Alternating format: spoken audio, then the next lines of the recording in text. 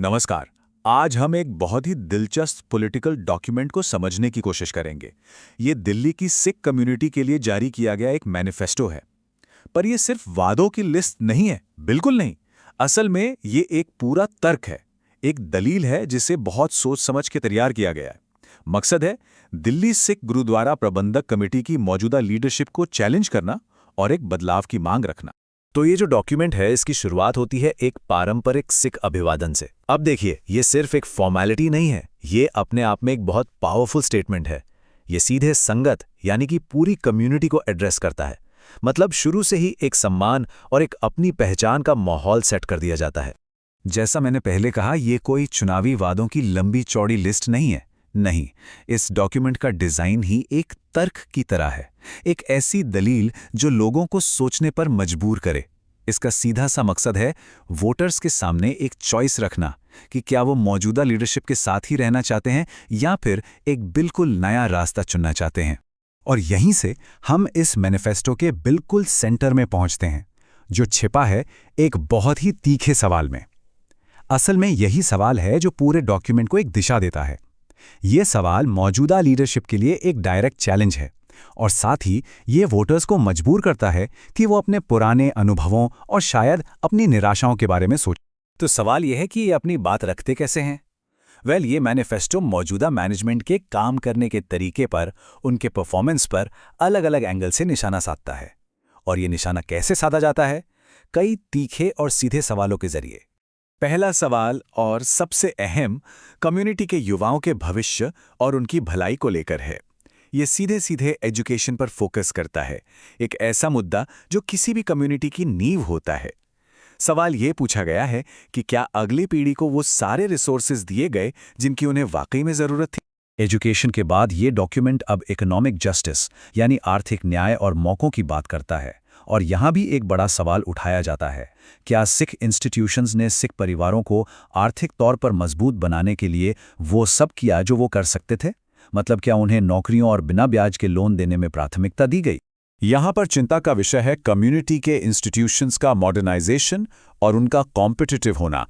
सवाल यह है कि क्या इन संस्थानों को वक्त के साथ अपग्रेड किया गया?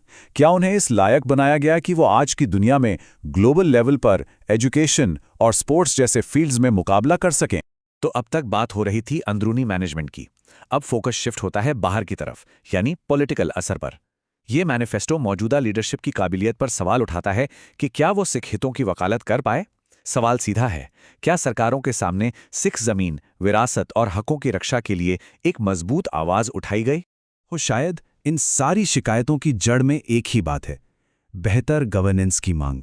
ये सवाल भी यही पूछता है कि क्या लीडरशिप ने कभी कम्युनिटी के बुद्धिजीवियों यानी इंटेलेक्चुअल्स से सलाह मशवरा किया?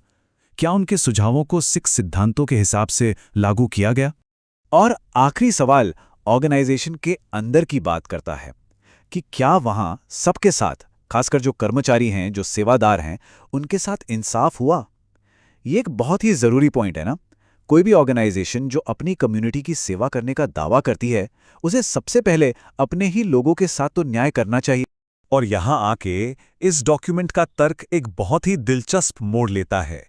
इन सारे सवालों के जरिए पहले तो सारी प्रॉब्लम्स को सामने रखा गया और अब ये वोटर्स को एक सीधे सीधे नतीजे की तरफ धकेल रहा है। एक तरह से अब समाधान की जमीन तैयार की जा रही है। तो अब तक हमने देखा कि समस्याएं क्या-क्या गिनाई गईं। अब ये मैनिफेस्टो अपना फोकस सॉल्यूशन की तरफ करता है। ये हिस्सा एक तरह से कॉल टू एक्शन है, सपोर्ट के लिए एक सीधी अपील है। ये है इस मैनिफेस्टो की सबसे बड़ी अपील। ये पूरे इलेक्शन को एक मौके की तरह पेश कर रहा है, पॉजिटिव बदलाव के एक अवसर की तरह। ये वोटर्स से कह रहा है कि पुरानी नाकामियों को छोड़कर भविष्य में क्या हो सकता है, उस पर ध्यान दें। और ये एक बहुत ही पावरफुल स्ट्रैटेजी है। देखिए, अपनी पॉलिटिकल अपील को निष्काम सेवा जैसे एक गहरे धार्मिक और कल्चरल सिद्धांत से जोड़कर इसे लिखने वाले अपनी बात में एक नैतिक वजन, एक ऑथेंटिसिटी ले आते हैं। और इससे ये भी साफ हो जाता है कि ये सिर्फ हवा में बातें नहीं हैं, कोई फिलोसॉफिकल बहस नहीं है, ये एक प्रैक्टिकल एक्शन ओरिएंटेड कॉल है। डॉक्यूमेंट में साफ साफ 46 कमेटी सीट्स के लिए उम्मीदवारों को आगे आने के लिए कहा गया है। मतलब एक ठोस पॉलिटिकल टारगेट सेट किया गया है। आखिर में ये डॉक्यूमेंट ये भी बताता है कि इस पूरी मुहिम के पीछे कौन लोग हैं, कौन सी संस्थाएं हैं। इससे उनके अभियान में एक ट्रांसपेरेंसी और एक अकाउंटेबिलिटी आती है। तो इस मैनिफेस्टो को पेश करने वाले दो मुख्य संगठन हैं, शिरोमणि अकाली दल अमृतसर, दिल्ली स्टेट और दिल्ली सिख गुरुद्वारा प्रबंधक कमेटी, सुधार बोर्ड। इससे पता चलता है कि ये एक ऑर्गेनाइज्ड कोशिश है जिसकी जड़ें कम्युनिटी के जाने माने पॉलिटिकल और रिफॉर्मिस्ट ग्रुप्स में हैं। इस पूरे आंदोलन को एक क्रेडिबिलिटी देने के लिए मैनिफेस्टो में लीडरशिप स्ट्रक्चर भी साफ साफ बताया गया है। एक नेशनल प्रेसिडेंट हैं, एक चेयरमैन हैं और भी कई अहम पद हैं। इससे वोटर्स को ये दिखाने की कोशिश है कि बदलाव की इस मांग के पीछे एक पूरी ऑर्गेनाइज्ड टीम काम कर रही है। और हम इसी एक बड़े सवाल के साथ इस विश्लेषण को ख़त्म करते हैं। हाँ, ये मैनिफेस्टो ख़ास तौर पर दिल्ली की सिख कम्युनिटी के लिए है, लेकिन ये जो सवाल उठाता है सिविक अकाउंटेबिलिटी और सुधार का, वो तो एक यूनिवर्सल सवाल है जो किसी भी कम्युनिटी पर, किसी भी समाज पर लागू होता है। और ये एक ऐसी बात है जिस पर हम सबको सोचना ज़रूर चाहिए।